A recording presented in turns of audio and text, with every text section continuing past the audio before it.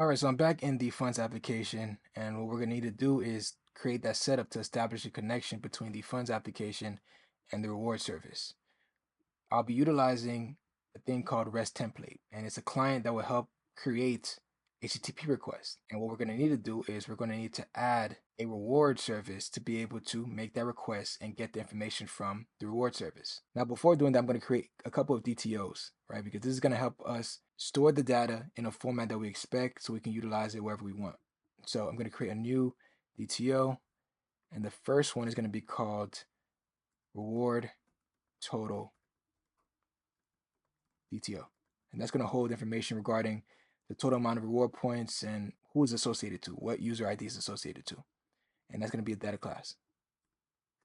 And all I'm expecting in this DTO is the user ID and the points.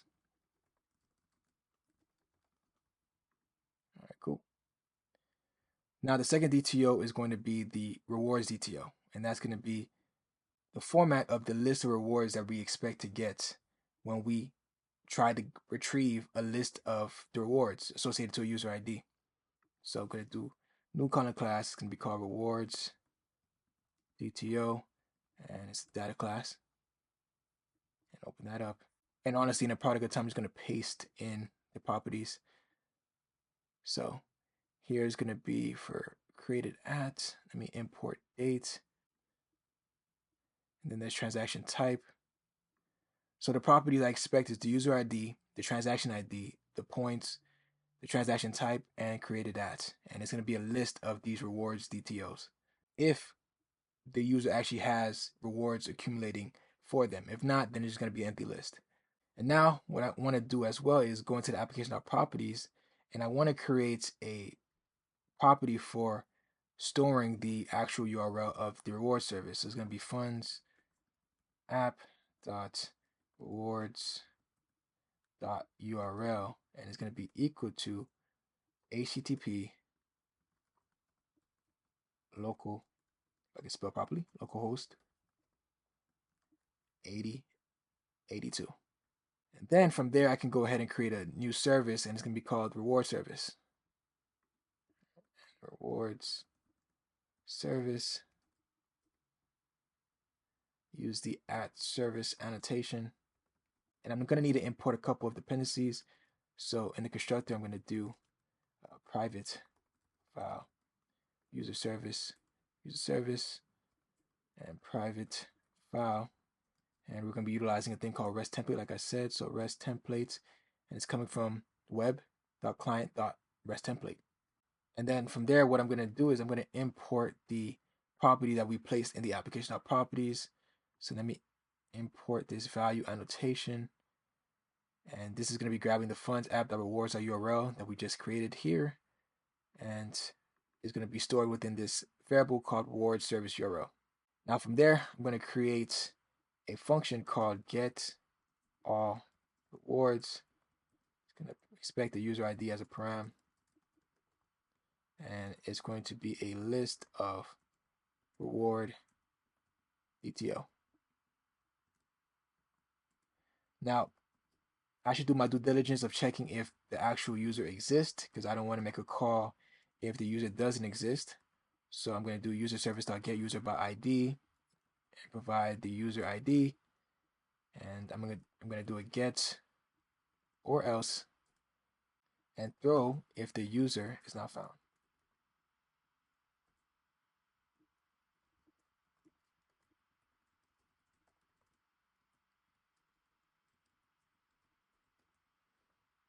From there, I'm going to return, but in this return, I'm going to do a try, right, and open up that try and catch. So try catch, and this catch is going to cap an exception. Open that up. And from there, I can throw the reward service exception. Full circle moment. I created this a long time ago. And do error fetching rewards for user. Try again later. I'll just keep it at that. Now, I didn't add the logger dependency to this application, but it's going to be the same approach as I did in the reward service, right? You'll add the dependency, create an instance of logger, and log specifically the user ID that had an issue, just so that if the user ever reaches out and say, okay, I'm having issues, I can go into the logs and see, okay, this user with this ID is having an error in this case, and this is the reason why.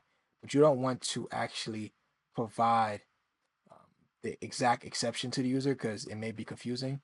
Um, but you would want to have a logger, and you'll be able to find exactly what is occurring with that specific request. So, but here I'm just going to print out exception for user, and I'm just going to inject the user the ID here due to, and then I'm just going to inject E. I'm going to do e.message actually. So instead of using print, it's good to use a logger, but that'll be a little project for you. Now within this try, I'm going to utilize the REST template, and this is going to help us actually make the call to the service, and I'm going to utilize the .get for object. And we're going to have to specify the URL first. That's one of the parameters. So I'm going to have to inject the constant here into a string of, and it's going to be reward service URL. And I know it was rewards / and then inject the user ID. So I can do user.id here. And with this URL, it should get all of the rewards. And what I expect, I got to put as another parameter, what I expect to be returned from this URL. And I expect, and I can put here an array of reward DTO. So it's going to take the request, it's going to format it into an array of rewards DTO, and I got to specify as class.java. There is going to be a little bit more conversion that needs to be done here. First, I got to do a safe call check to check that I can actually convert this into a list, because I'm going to attempt to convert it into a list. And if it's not able to convert it to a list, then what I can do is I can use the else operator, meaning that this is null. It's not able to convert it to a list. It's null. I can return an empty list instead. So it's going to attempt to make a call to this URL that we specified. We expect it to be in the format of array, and within the array is going to be of type rewards DTO, which we created recently. And then it's going to attempt to make a safe call to convert it to a list and return that list. But if it's not able to do that, then it's going to return an empty list. So that's this snippet that we're doing here. So that is for the get all rewards. The second one is a similar concept, right? We're going to have to take in the user ID, make a call to the reward service, but the format is different. We're going to be retrieving how many points a specific user has. So we can do fun get reward information will be the name of the function. The user ID is what we expect as a param. That's going to be of long.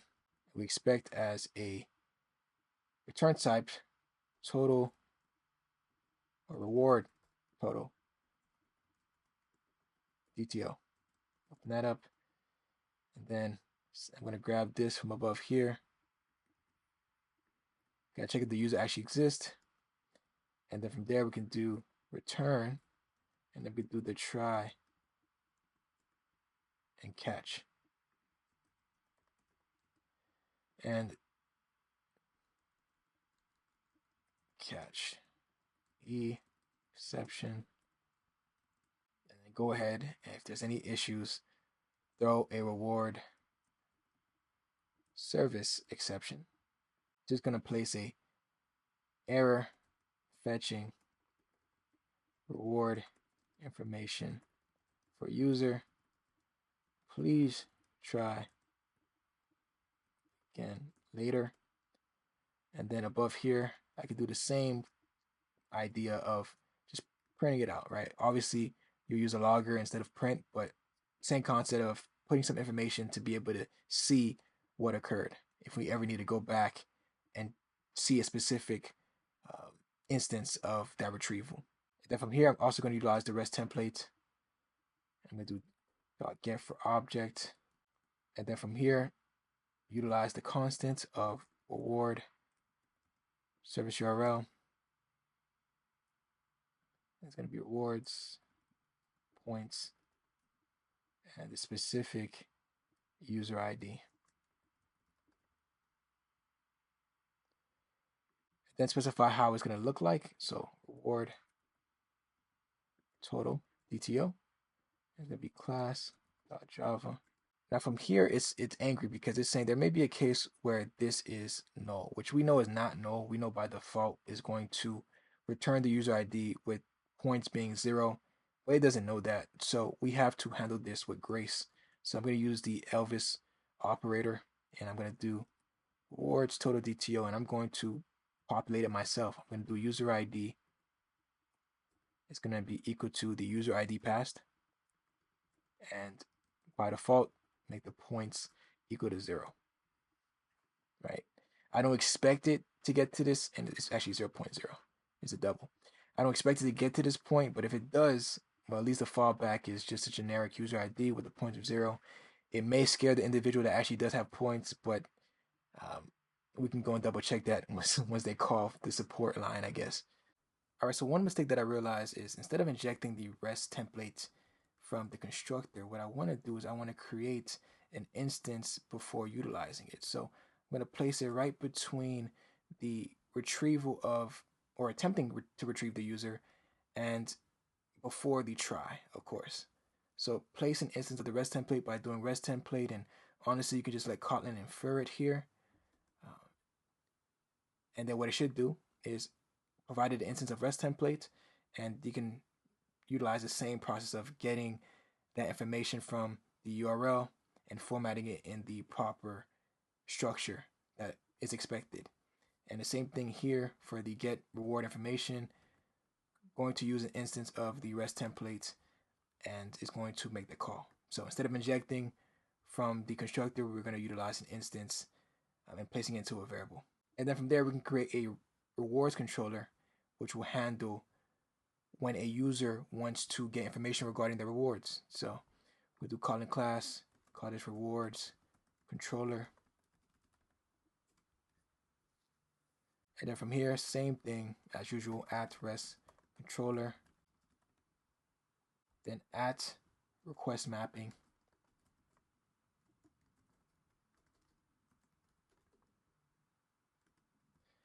And then specify that it has to be prepended with rewards.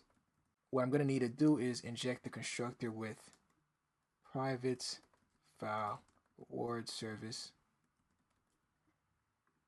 And next, what I'm going to need to do is do a get mapping. Now this get mapping is not going to need any additional pieces for the URL because / reward should be enough. And I'm going to do fun get all rewards, and I can get all the information regarding the user based on the JWT pass by using at authentication principal. And I'm going to get the user details, or pass it into the user details.